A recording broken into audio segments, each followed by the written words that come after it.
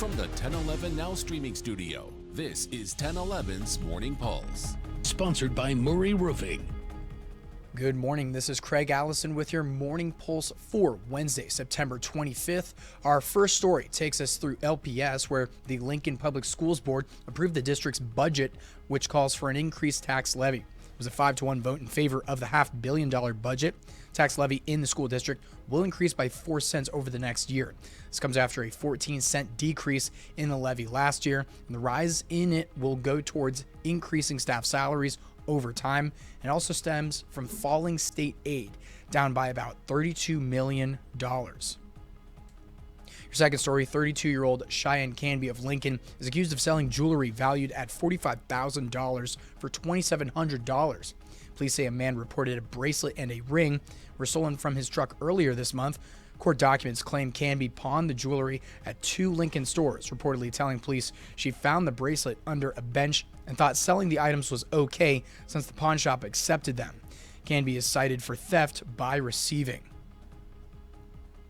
Third story, Governor Jim Pillen has verbally authorized a disaster declaration to help with the recovery efforts against the Bronco fire in northwest Nebraska. Crews there are now reporting it's 97% contained after burning more than 1,000 acres. At one point, more than 130 firefighters, along with air resources, have been battling the blaze. The crew say was started by lightning. Fourth story, some good news. U.S. News and World Report evaluated nearly 1,500 colleges and universities, and UNK cracks in the top 10 in best public regional universities in the Midwest at number 6. This is the 10th time the school has been in the top 10.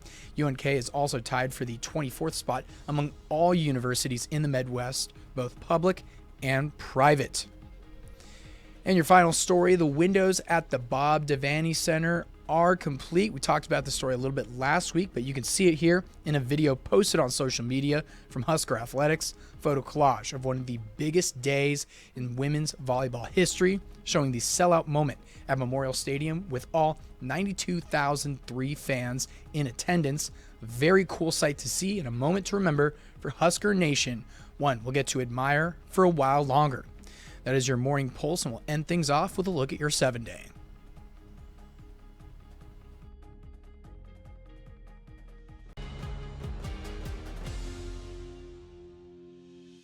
You've been listening to 1011's Morning Pulse.